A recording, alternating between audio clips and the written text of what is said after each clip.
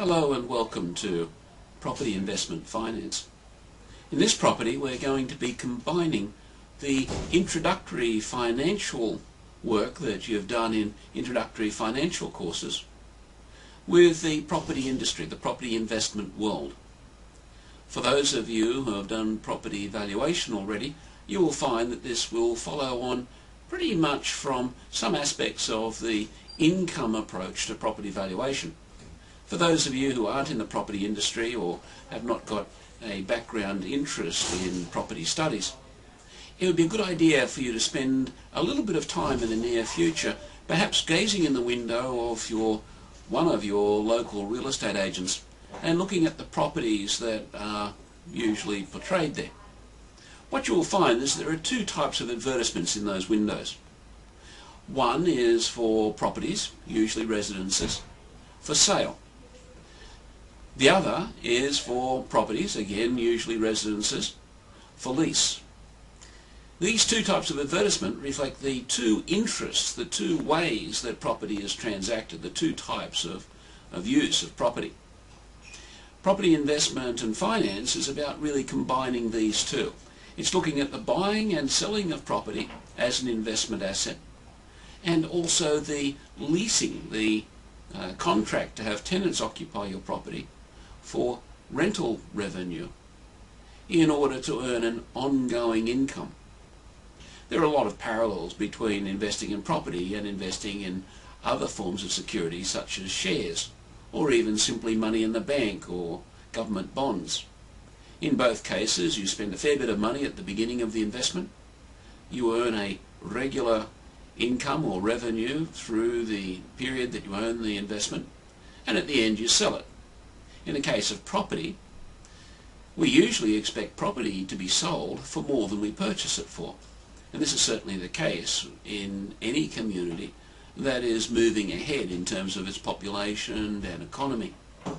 And so we expect that a big part of our income from property investment will be coming from capital gain. What we're going to be looking at are advanced modelling techniques which are really drawn from our introductory financial studies to be able to work out exactly how well our property investment is functioning, how well it's performing as an investment, and how to compare it to other investments, maybe in different parts of the capital market. I hope you enjoy the course.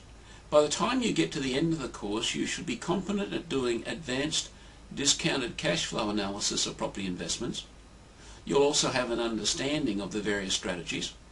We're going to go through the investment for development in property and look at their financing.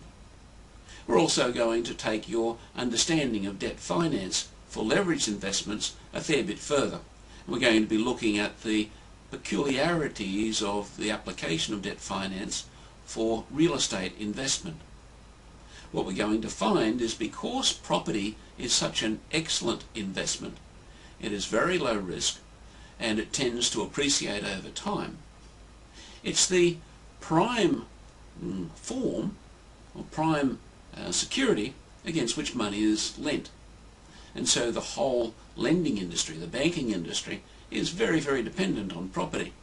And this interaction, what we might even call a symbiosis between the banking and finance industry and the property industry, will be explored in some area. What we will also look at are the ethical issues to do with property investment and finance. And we're going to find that there are some interesting and very relevant twists and turns. And hopefully that will shed a little bit of light as we go along on inconveniences such as the global financial crisis, and hopefully give you the skills to be able to identify those aberrations happening into the future. I hope you find the course useful.